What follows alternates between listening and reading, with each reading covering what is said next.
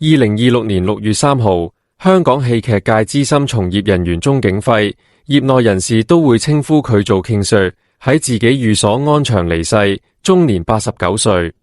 呢個消息對外公佈之後，香港演藝圈、戲劇圈大量業界人士都透過唔同渠道出文悼念。去到7月4號，鍾景輝嘅安息禮同出殯儀式正式喺九龍城浸信會舉行。大批香港演藝界相關人士親身到場，送佢最後一程。今次成個儀式完全按照鍾景輝生前嘅意願去安排，所有流程同環節都唔涉及任何額外嘅商業操作。2026年6月3號，鍾景輝離世嘅消息正式對外發布，相關資訊好快就鋪滿香港各大本地媒體平台。唔同年資、唔多年齡層嘅演藝從業者陸續透過媒體訪問、個人社交賬號、業內群組等各種方式，分享自己同鍾景輝有關嘅相處經歷同合作點滴。一啲早年同鍾景輝一齊共事嘅電視圈前輩，主動整理當年嘅工作記錄、合作點滴對外發布。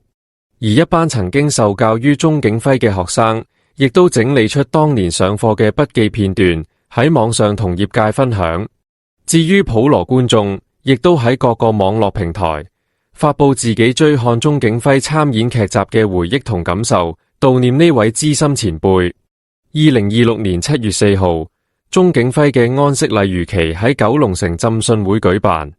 當日朝早9點開始，禮堂周邊嘅馬路已經有專人負責疏導人流同車流，防止無關人士聚集圍觀，確保儀式順利進行。現場冇設置公開媒體拍攝區，所有獲邀人士都需要喺入口處完成簽到登記，再由工作人員引導入指定座位就座。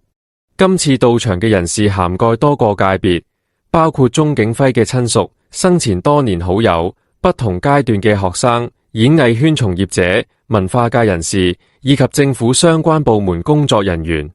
文化體育及旅遊局局長羅淑佩亦都親身到場，完成簽到之後入禮堂指定區域就座送別。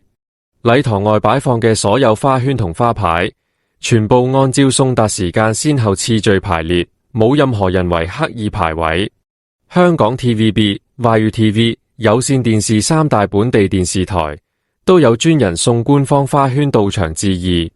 今次到場嘅演藝界人士陣容鼎盛，包括汪明荃、周潤發、劉德華、張艾嘉、王祖藍、朱茵、蘇玉華、謝君豪、陳國邦、鄧萃雯、黃浩然、杜琪峰、黃貫中、彭秀慧、謝雪心等數十位藝人同幕後大佬。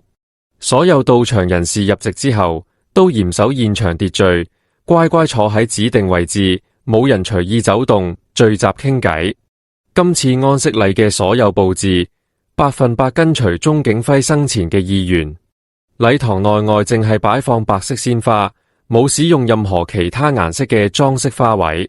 鍾景輝嘅遺像擺放喺禮堂主席台側邊，遺像下方嘅台面圍住一圈白色鮮花。遺像入面嘅鍾景輝着住深色西裝，身上冇佩戴任何飾物。現場全程簡樸莊重，冇多餘裝飾，成個儀式完全按照基督教安息禮拜嘅標準流程進行，唔加任何表演、互動類型嘅額外環節。儀式舉行期間，在場所有人保持肅靜，全程冇人傾偈，冇人隨意走動。儀式進行期間，鍾景輝嘅侄仔鍾志權，亦即外界熟知嘅 Dennis， 聯同鍾景輝嘅學生王祖藍喺禮堂側廳接受指定媒體嘅簡短訪問。鍾志權喺訪問中多謝所有到場人士親身送別鍾景輝，同時佢亦都對外公布家屬嘅最新安排，會喺7月15號喺香港演藝學院舉辦鍾景輝追思會，7月16號開放公眾紀念活動，普通市民可以喺指定時間入場參與悼念。鍾志權補充，鍾景輝生前一直有一個心願，就係希望香港愈來愈多學校開設戲劇相關課程，普及系統化嘅戲劇教育。呢個理念由佢年輕時一直堅持到晚年，從來冇改變過。王祖藍亦都喺現場分享細節，佢最後一次見到鍾景輝係喺鍾景輝嘅生日聚會上面，當時鍾景輝精神狀態正常，表達清晰，只係反應比以前慢少少。當日在場人士一齊傾偈交流，全程一切正常，冇任何異樣。王祖藍仲提到，鍾景輝教學生嘅時候，一直會傳授5個核心從業準則，分別對應動力、紀律、勤力、決心、奉獻。呢幾項內容並非一時嘅口號，係鍾景輝幾十年教學生涯入面不斷重複提醒學生嘅基礎從業態度。除此之外，王祖藍透露，當年香港演藝學院嘅學生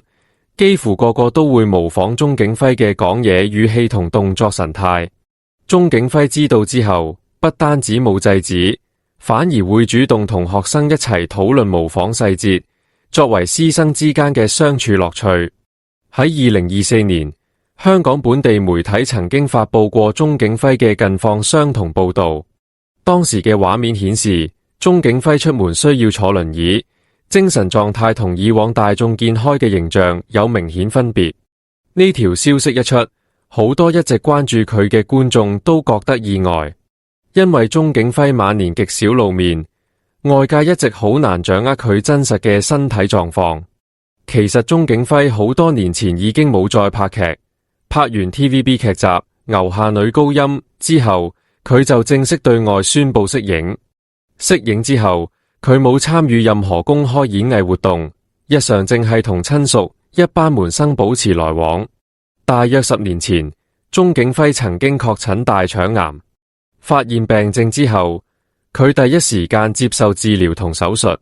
當時佢年齡將近80歲，做完手術經過一段時間休養，佢再次復出，繼續投入戲劇教育同相關行業工作。早年接受媒體訪問嘅時候，鍾景輝都曾經公開分享過自己嘅感情觀同感情經歷。佢話自己年輕時工作極之忙碌，時間編排密不透風，雖然曾經交往過幾任對象，但最終都因為工作衝突而分手，冇一段能夠走到最後。因此佢一生都冇註冊結婚，亦都冇生育子女。晚年起居生活主要由親屬負責照顧，一班不同時期嘅學生都會定期上門探望，同佢交流戲劇理念同教學工作。安息禮完結之後，出殯儀式隨即展開，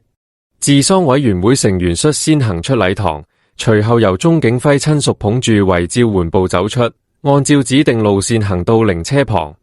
工作人員其後將靈柩移出禮堂，妥善安放喺靈車入面。所有隨行人員上車之後，靈車隨即駛離九龍城浸信會，前往鑽石山火葬場。今次出殯嘅6位扶靈人員名單係按照鍾景輝人生不同階段嘅時間線去排序，涵蓋佢回港加入 TVB 發展嘅早期，投身電視行業嘅中期，專注戲劇教育嘅後期。